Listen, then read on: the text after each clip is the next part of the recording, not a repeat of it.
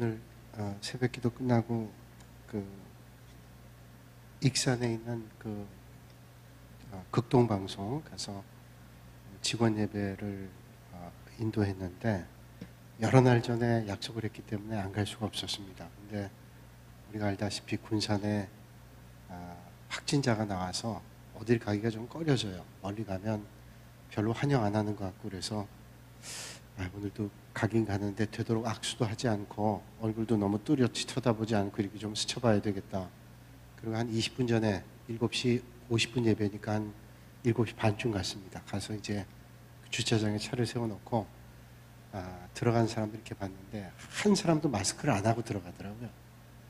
이분들은 마스크를 하나도 안 하고 들어가네 생각하고는 제가 또 마스크하고 가면 또 너무 유난 떤다 그럴까봐 나도 마스크를 하지 말아야 되겠다. 그럼 들어가서 들어가기 전에 미리 손으로 다 소독제 발라서 소독하고 이제 그거 가지고도 다 안 된다 그러잖아요. 그래서 들어가서 화장실에서 손을 다 깨끗이 씻고 들어갔는데 거긴 직원들이 나와서 악수를 청하는데 뭐 안 할 수가 없어요. 저는 손 깨끗이 씻었다고 그러고 악수를 했는데 설교 전에 그런 말씀 드렸습니다.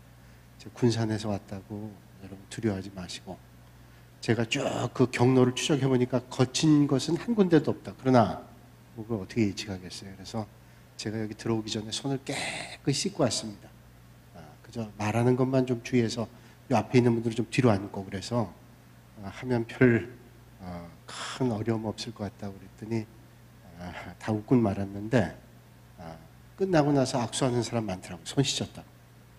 그래서 그냥 웃는 얘기지만 왜 이 신종 코로나가 지금 생겼을까 또 생각해 보게 되고 뭐 사회적으로 뭐 여러 가지 얘기하잖아요. 뭐 건강 관리 잘 못했다. 뭐 박쥐 얘기도 나오고 뭐 우한에 뭐 그런 짐승들 많이 먹고 접촉한다. 뭐 그런 얘기도 나오고 목회자들은 이런 일들이 있을 때 우리는 영적인 차원을 보잖아요. 세상에 공중에 나는 새도 그냥 떨어지는 법이 없는데 이런 어려움이 전 세계적으로 올 때는 하나님께서 우리에게 하시는 말씀도 있지 않을까. 이게 목회자가 세상을 바라보는 눈이지 않겠어요? 그래서 2004년도에는 전 세계적으로 사스가 왔었고 그 다음에 신종플루가 왔었고 그 다음에 2013년인가 14년에는 메르스가 왔었고 이젠 또 신종 코로나 바이러스가 왔잖아요. 독감보다 더 죽는 사람 많지 않다 뭐 이렇게 얘기하지만 왜 전 세계적으로 이런 일들이 있는가? 그리고 중국의 우한이라고 하는 데서 왜 이런 것들이 발생했을까?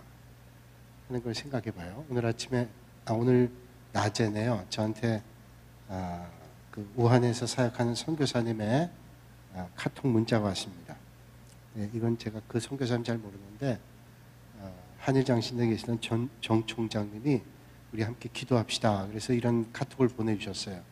이거 가지고 우리가 기도해야 되겠다. 기도 부탁을 하셨어요. 여러분들도 제가 소개해 드릴 테니까 그런 내용들을 들으시고 생각날 때마다 꼭 좀 기도해 주셨으면 좋겠어요. 기도를 부탁하는 서한의 선교사님, 우한의 선교사님이 이야기를 보낸 카톡입니다. 우한이라는 도시에서 진행되었던 중국의 기독교 박해 현실과 오늘의 코로나 바이러스 현황과는 관계성이 예사롭지 않습니다. 그렇게 시작이 됩니다.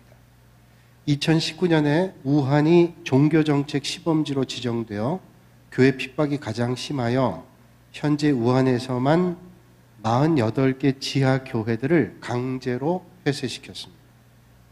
이 글에 의하면 우한이 종교정책 시범지역으로 이제 교회들을 문 닫게 했다는 거예요. 가정교회들을, 지하교회들을. 그러니까 자기들이 정부에서 인정하는 3자 교회에서만 예배 드려라. 정부가 관리하는 교회죠.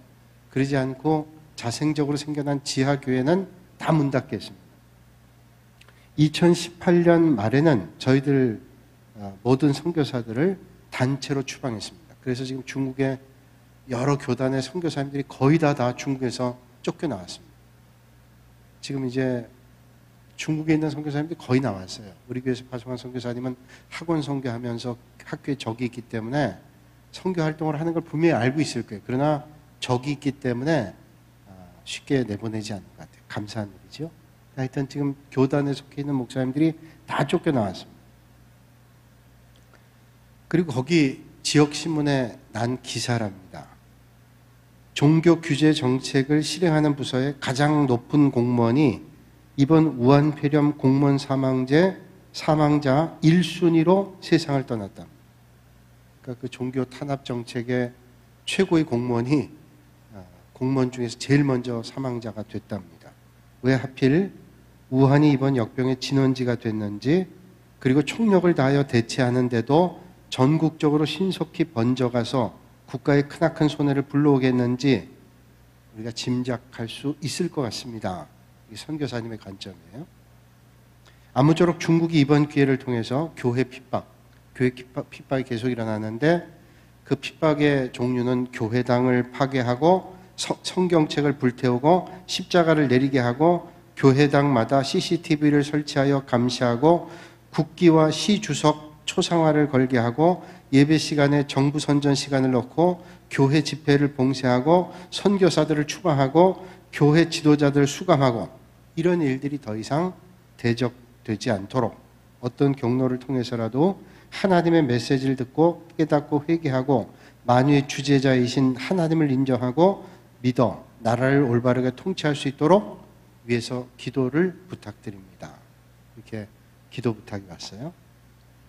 그리고 얼마 전에 온주성에 있는 교회들이 힘을 모아서 이 우한 지역의 성도들을 위해서 이제 그 방역을 위해서 마스크를 10,000개, 장갑 10,000개, 방호복 5,000개, 소독액 5,000개를 보냈답니다. 근데 정부 기관에서 가로채가지고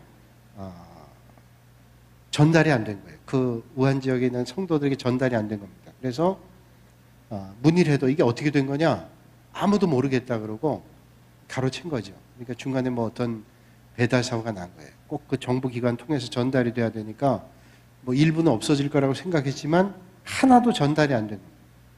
이런 일들이 있다는 거예요. 우한뿐만이 아니라 중국 대부분이 봉쇄 가운데 있어서 모든 사람이 집 밖에 나오지 못하게 조치하므로 아마 이런 조치가 적어도 1달에서 2달 정도는 계속될 텐데, 그 기간 동안에 각 집에 갇혀있는 성도들이 있잖아요. 교회 가서 공예배를 못 드립니다.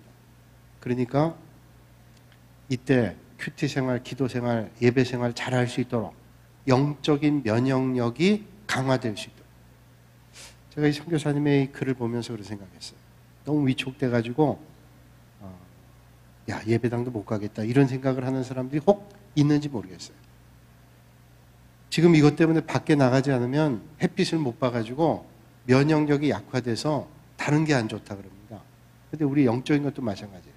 여기 위축돼가지고 예배 드리는 거 지금 예배 드렸다가 사람 많이 모이니까 어떻게 할까? 야, 이런 위기감이 있겠다는 생각이 들어요. 지난 주일날 교인들이, 그 전주일도 명절이었는데 지난 주일날 120명이 덜 나왔어요. 야, 그러니까 이게 신종 코로나 바이러스하고 연관이 있는 거죠. 그래서 위축되는 겁니다. 아유, 갔다가 또 어떡하나. 교회 학교 같은 경우는 어린아이들 걱정되는 게 사실이죠. 그런데 이때 너무 위축될 게 아니라 우리가 준비하고 주의는 하지만 영적인 면역력을 길러야 될 때입니다. 그래서 더 하나님께 집중하고 말씀 보고 더 기도하고 하나님의 은혜를 보는 거죠. 세상에 별이 있습니다. 군산에 서울보다 별이 많이 보이는데, 이 군산보다 이 주변에서 별이 잘 보이는 곳은 제 경험상으로 보니까 서천에 가니까 서천엔 별이 잘 보이더라고요.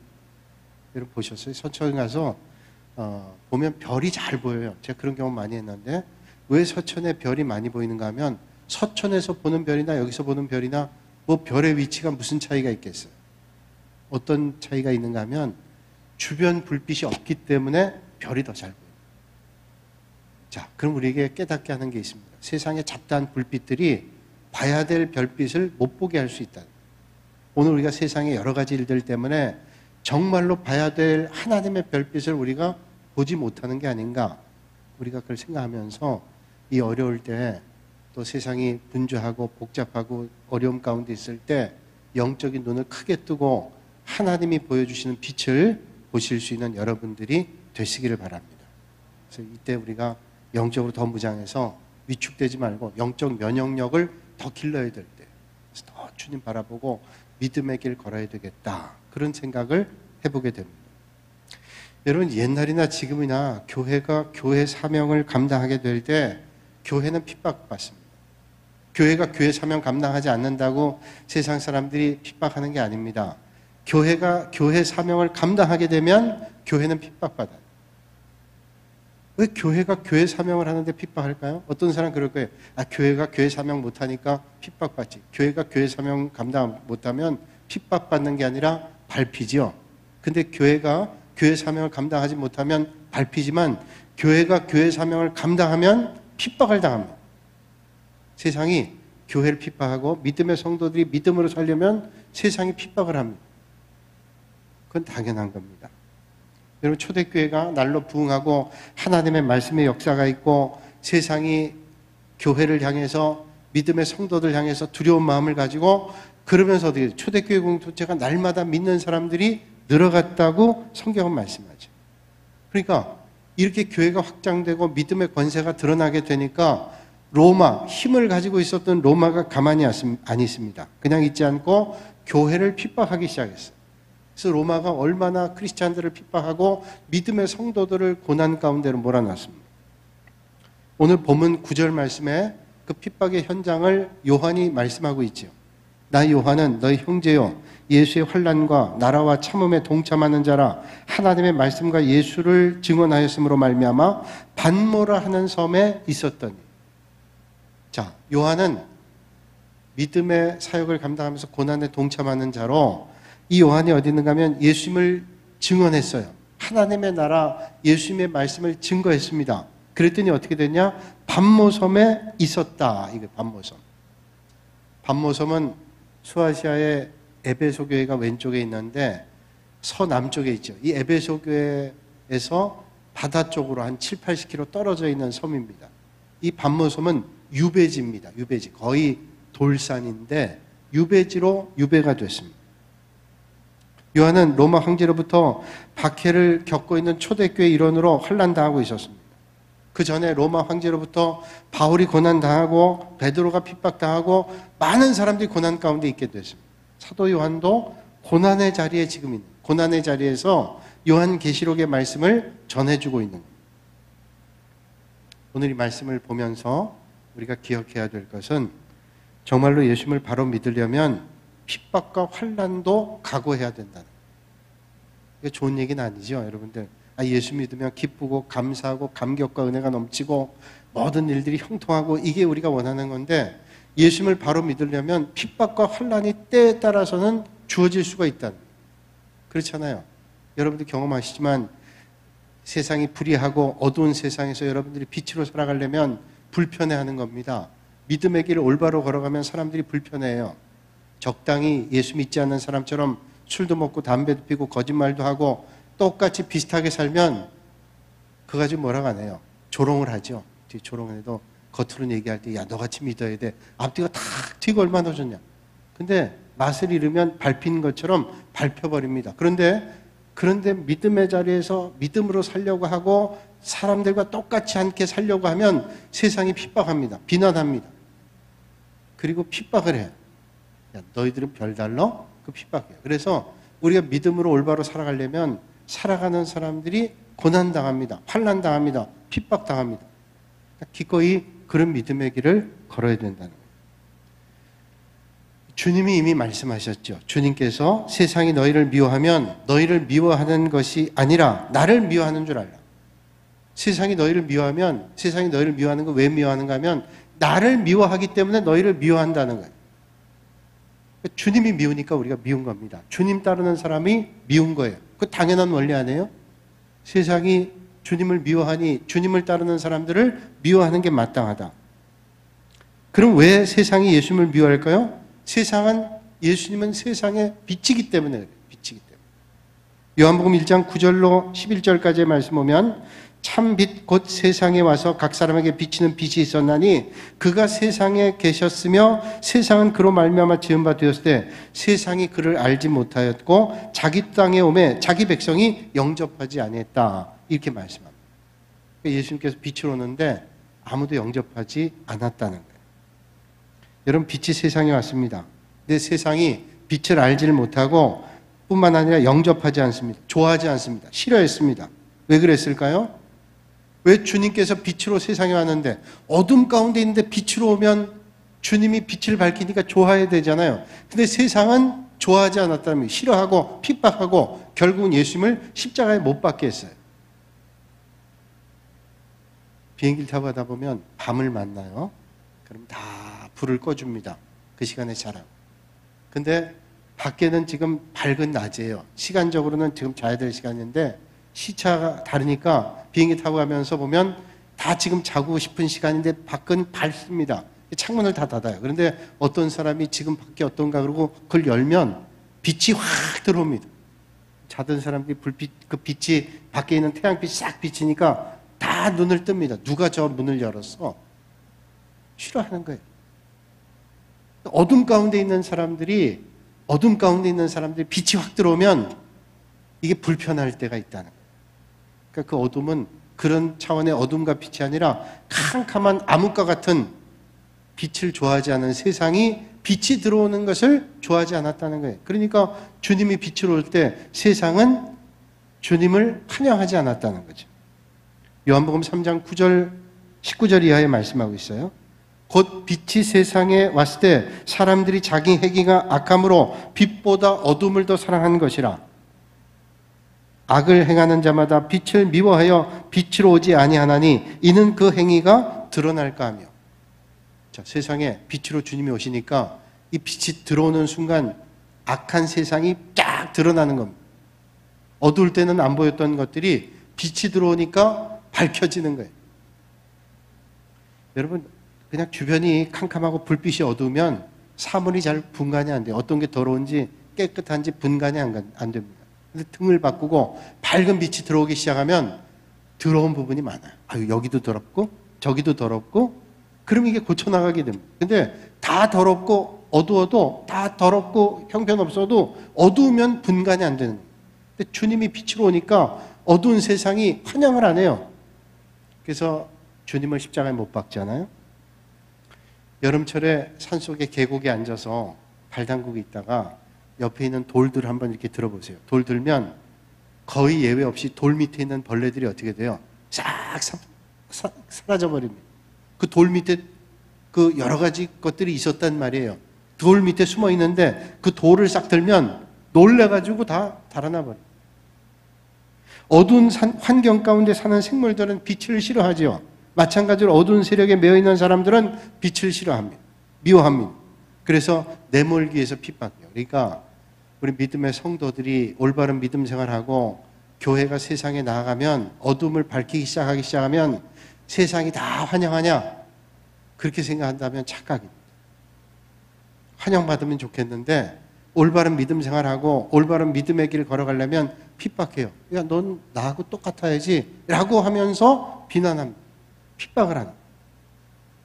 세상에서 교회가 빛 가운데 행하게 되면, 불의를 행하면 그 빛이 불의를 드러내기 때문에 빛이 들어오는 세상에 빛이 되는 교회를 세상은 원하지 않는다는 거예요. 빛의 역할을 하기 때문에 미워합니다. 귀찮게 생각하고, 그래서 멀리하고 고립시키고, 그러다가 기회를 봐서 몰아내고 만다. 저는 믿는 가정에서 태어나가지고 그냥 교회를 늘 다니고, 친구들은 교회 친구, 학교 친구 그 정도고, 또 고등학교 졸업하고 신학대학 가고 신학대학원 가고, 그리고 군대 가서 처음 세상 사람들을 좀 만나봤어요. 근데 군대에서 세상 사람 만난 거 못 경험했던 것들을 몇 가지 경험한 것들이 있어요. 제가 뭐 술집을 가보기를 했겠어요? 뭘 어딜 가봤겠어요? 근데 군대 가면 이제 제가 정보처에 있을 때 보안감사라면 1년에 한 번 보안감사라는 거예요. 보안감사에서 좋은 성적을 내면 회식을 시켜줍니다. 회식 시켜주면 군인들이 밖에 나가서 세상 구경하는 거 좋잖아요. 이제 참모랑 선임 하사 뭐 이런 장교들과 함께 몇 사람 안 되니까 가서 이제 술집을 가는 거예요. 제가 술집을 가봤잖아요. 제가 처음 술집 가봤어요. 갔더니 뭐 술집에 술만 파는 게 아니더라고요. 뭐 여러 가지 파는데, 근데 이제 이 사람들이 술이 한 잔, 두 잔 들어가는데 이제 저한테 권하지만 제가 안 먹는 거 알잖아요. 제가 신학교를 졸업하고 왔으니까 안 먹는 거 알고, 그러니까 몇 번 권하다가 안 하는 거예요. 근데 이 사람들이 불편한 겁니다. 왜냐하면 자기들이 술이 한 잔, 두 잔 들어가면서 취하니까 정신이 왔다 갔다 하는 거예요. 근데 저는 정신이 말짱.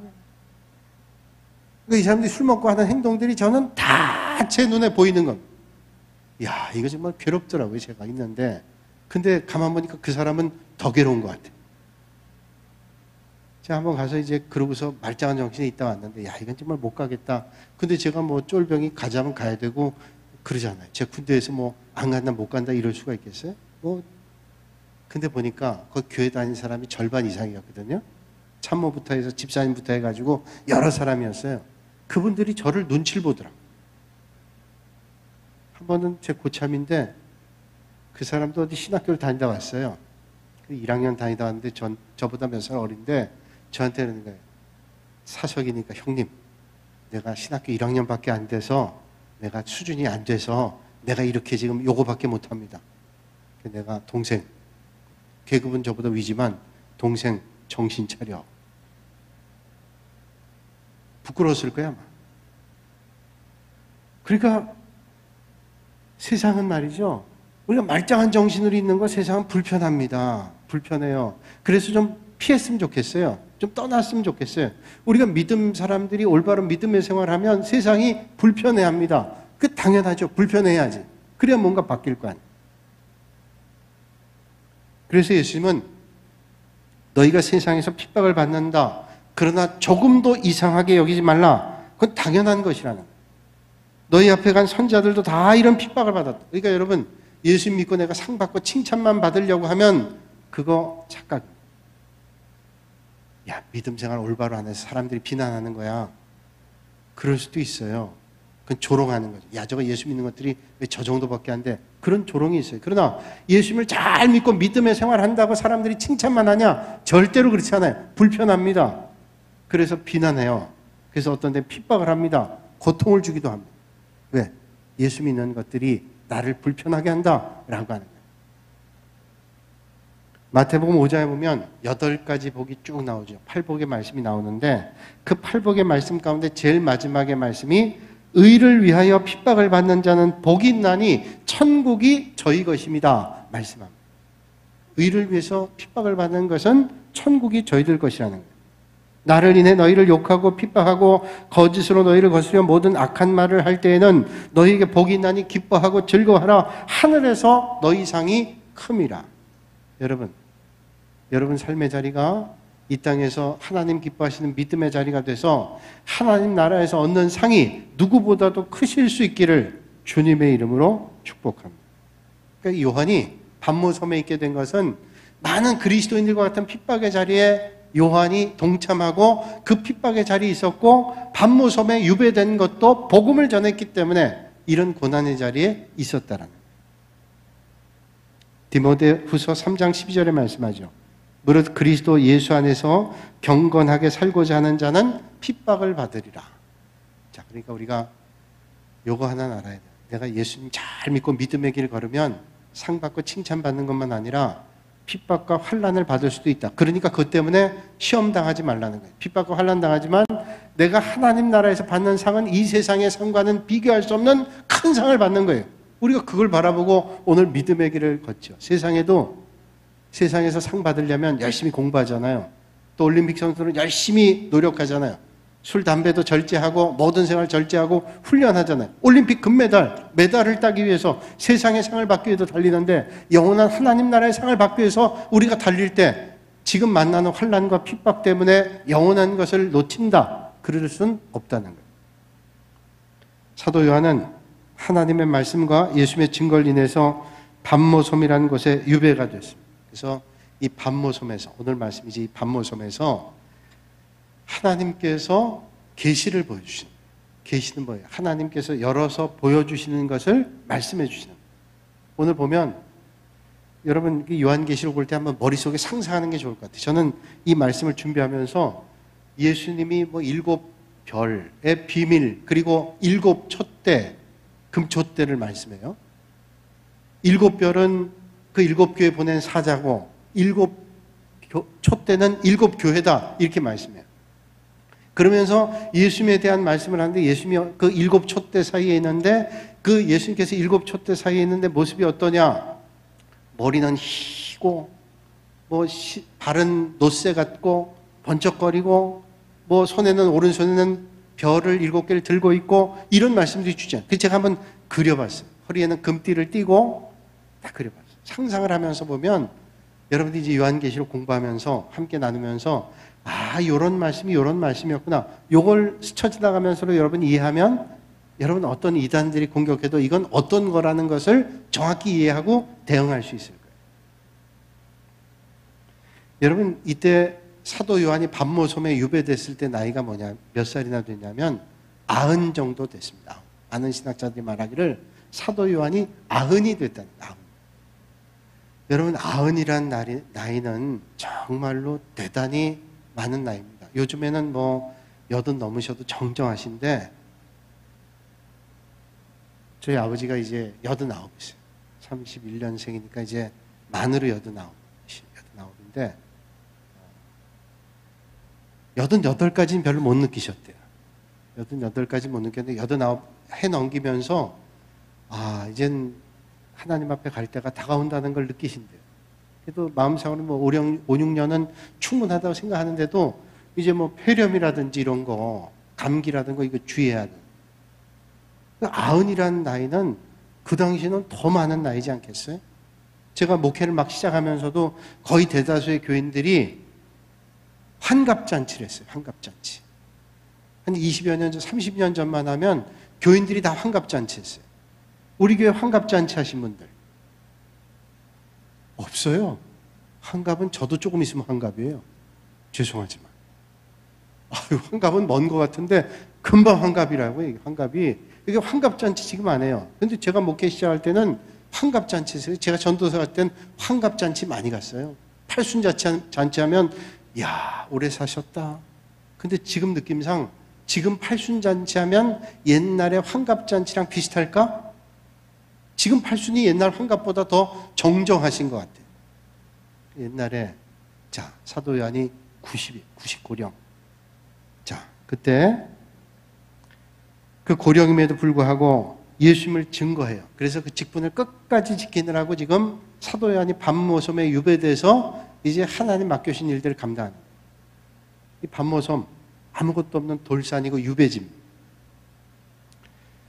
참 이거 훌륭한 거 아니에요? 나이가 점점 많아지면 이제 기억도 소실되고 기력도 떨어지고 그래서 주어진 일을 감당하기가 쉽지 않아요. 젊을 때하고 다르잖아요. 그런데 사도 요한은 90 노령임에도 불구하고 하나님이 맡겨주신 일을 끝까지 감당하는 모습. 참 이 사도 요한의 위대한 점을 저는 이 사도 요한 요한계시록의 말씀 통해서 발견하게 돼요. 여러분 머릿속에 요한이 이때 반모섬에서 90세 하나님이 주시는 계시의 말씀을 듣는다. 정말로 사명의 사람이었어요. 정말로 죽도록 충성하는 그런 사람이었어요. 내가 이제 힘드니까 그만둔다. 이게 세상의 보통 사람들인데 요한은 그러지 않았어요. 유배돼서도 끝까지 주님의 일을 감당하는 거예요. 젊어서는 보통 사람들이 의협심 가질 수 있고 나이가 들면서 그게 조금 상실될 때가 있어요. 다 그렇지 않지만 나이가 들면서 가정이 생기고 자녀들이 생기고 그걸 무시할 수 없는 거예요. 옛날에 혼자 할 때는 의협심도 있고 정의감도 있고 막 이러다가도 가정이 생기고 이런저런 것들이 생기면 사람의 판단력이 흐려지기도 하고 그래서 세상과 타협하면 안 되는데 타협하기도 하고 불의를 보고도 이러면 안 되는데 하면서도 말 한마디 못하고 주저앉기도 하고 그러다가 세월이 지나요. 나이가 들면 명예심이 생기고 노욕이 생겨서 조금 더 편하게 살고 싶고 그러다 보면 세월이 다 지나요. 저희 교회 한번 부흥에 오셨던 목사님께서 그런 말씀하시더라고요. 하나님께서 은혜 주셔서 그때 연세가 80이 넘으셨는데 나이가 들면 노욕이 생기는데 하나님께서 본인에게는 노욕을 안 주셔서 참 감사하다. 근데 제가 볼 때도 그분은 욕심이 없으세요. 노욕이라 그러잖아요. 노욕. 나이가 들면 욕심이 없어지는 게 아니라 욕심이 생긴답니다. 또 명예심도 보면 젊을 때는 그게 대단한 명예. 근데 나이가 들다 보면 별거 아닌 거 가지고도 명예심이 생기는 거예요. 이거 조심해야 될 일이잖아요. 그래서 정말로 하나님 기뻐하시는 일보다는 그 명에 따른 일들 하거나 아니면 자기 욕심에 이끌려 하는 일을 하거나 이렇게 된다는 거예요. 그러니까 사도 요한은 그러지 않았어요. 사도 요한은 연세 많지만 하나님께서 맡겨주신 사명의 길을 꼿꼿이 걸었던 그런 사람이랍니다. 노령에도 불구하고 밤모섬에 유배를 당하기까지 하면서 복음을 위해서 힘쓰는 걸 보면 참 요한은 훌륭한 사람이다. 이 훌륭한 사람의 말씀을 이제 하나님께서 주신 말씀을 우리가 보는 거예요. 세상에 많은 사람들이 젊어서 훌륭하게 살다가 나이가 들면서 젊었을 때 공들을 다 무너뜨리는 걸 봅니다. 우리 교회도 보면 그러잖아요. 또 한국교회 이렇게 보면 그러잖아요. 평생 동안 잘하셨는데 마지막 가서 잘못된 길을 가는 분들도 있잖아요. 그때마다 우리는 우리 옷깃을 여미게 되는 거예요. 야, 남의 얘기가 아니야. 정말로 조심해야 되겠다. 그런 생각을 우리 해보게 돼요. 평생을 정말로 잘 주님 기뻐하시는 믿음의 길 가다가 마지막 한순간에 정말로 쓸데없는 명예나 노욕에 사로잡혀가지고 잘못된 길을 간다면 그 얼마나 억울하고 안타까운 일이에요. 그러니까 하나님 앞에 기도해야 돼요. 하나님, 우리가 마지막 순간까지 주님 기뻐하시는 믿음의 길 걷도록 해야 되겠다. 이게 저도 고백하는 것이고 우리 모두가 아마 생각하는 거예요. 마지막 순간까지 정말로 주님께서 기뻐하시는 길 가요. 우리가 주님 앞에 언젠가 설 텐데 우리가 이 세상의 끝이라면 모르겠지만 이 세상의 끝이 아니잖아요. 영원 하나님 나라에 앞에 가는데 적어도 우리가 그런 마음의 자세를 가지고 살려고 몸부림은 좀 쳐봐야 되는 거 아니에요? 그렇다는 거예요. 이 사도 요한은 그런 믿음의 길을 걷고 지금 유배의 삶을 살았지만 하나님께 집중했던 삶이라는 거예요. 그런 사도 요한을 통해서 하나님께서 계시의 말씀을 주시는 거예요. 그래서 사도 요한은 참 아름답게 살았던 사람이다 하게 됩니다. 우리도 인생의 끝을 아름답게 장식하기 위해서 기도해야 돼요. 왜 기도해야 돼요? 하나님께서 도와주시지 않으면 나도 모르는 사이에 그렇게 될 수 있다는 거예요. 미리 시건장치를 해놓고 미리 방비하고 난 절대로 그렇게 가지 않아야 되겠다. 이걸 늘 생각해야 돼요. 안 그러면 그냥 물 흐른 대로 나도 모르는 사이에 노욕이 생기고 명예심에 휩싸이고 자기 자랑하고 하나님 자랑하는 것보다 자기 자랑하고 이러다 보면 세월 다 보내는 겁니다. 그거 잘 모르더라고요. 사람들이 겉에서 볼 때는 옆에서 보면 참 그 유치한 건데 본인들은 잘 모르더라고요. 폴리캅이라고 하는 초대교회 순교자가 있습니다. 폴리캅. 우리 신학을 공부하는 분들은 다 알아요. 폴리캅이라는 유명한 순교자. 이분이 하나님을 향한 믿음으로 살다가 결국은 그 믿음을 저버리지 않고 핍박 가운데도 믿음으로 살기 위해서 하다가 결국은 많은 사람들에 의해서 정적들에 의해서 화형을 당합니다. 화형은 어떻게 해요? 장작을 싸놓고 장작 위에다가 매달아 놓고 십자가를 매달아 놓는 거예요. 그리고 장작불을 붙이는 겁니다. 장작불이 타면서 불길이 올라와서 타 죽는 게 화형이에요. 얼마나 끔찍해요. 손이 대도 뜨겁고 고통스러운데 그 밑에 장작불이 타서 십자가에 매달려 있는 사람들이 발끝부터 뜨거운 열기가 올라와서 타기 시작해서 죽는 겁니다. 너무 고통스러운 거죠. 자, 배교하기 위해서 정적들이 장작불에 불을 붙이면서 얘기합니다. 폴리캅에게. 당신이 지금이라도 예수를 부인한다면 당신은 이 장작불의 뜨거운 고통을 당하지 않을 거예요. 자, 불이 부터 타고 올라가는 거예요. 위험만 하는 게 아닙니다. 불이 뜨거운 불길이 발끝에 닿기 시작해요. 뭐 옷을 입고 있어요, 뭐가 있어요. 다 벗겨놓고 그 고통을 그대로 받게 합니다. 발끝에 뜨거운 불빛이 닿을 때 그 마지막 순간에 폴리캅이 저들을 향해서 이런 말을 했다. 이제 내가 예수를 욕하고 만약에 부인한다면 늙은 너를 죽일 이유가 없다. 정적들이 그러면서 위협을 하는 거예요. 그러면서 네가 지금이라도 나는 예수를 부인합니다라고 얘기한다면 지금이라도 당장 이 장작불에서 너를 내려놓겠다. 얼마나 달콤합니까? 내가 한마디만 부인하고 주님 내가 힘이 없고 너무 두려워서 그랬습니다. 나중에 회개하면 되잖아. 얼마든지 그렇게 타협할 수 있잖아요. 근데 폴리캅이 저들 향해서 이런 말을 했습니다. 나는 지난 86년 동안 주님을 섬겨왔지만 주님은 한 번도 내게 잘못 대해 주신 일이 없습니다. 지난 86년 한 번도 주님은 나를 잘못 대해 준 적이 없습니다. 그런데 이제 와서 내가 어떻게 내 왕이신 주님을 욕할 수 있겠습니까? 지난 86년 내 삶의 여정을 하나님께서 그렇게 인도하셨는데 내가 지금 살겠다고 주님을 배반한다고요? 내가 어떻게 그럴 수 있어요? 그럴 수 없습니다. 그리고 순교의 뜨거움을 받았어.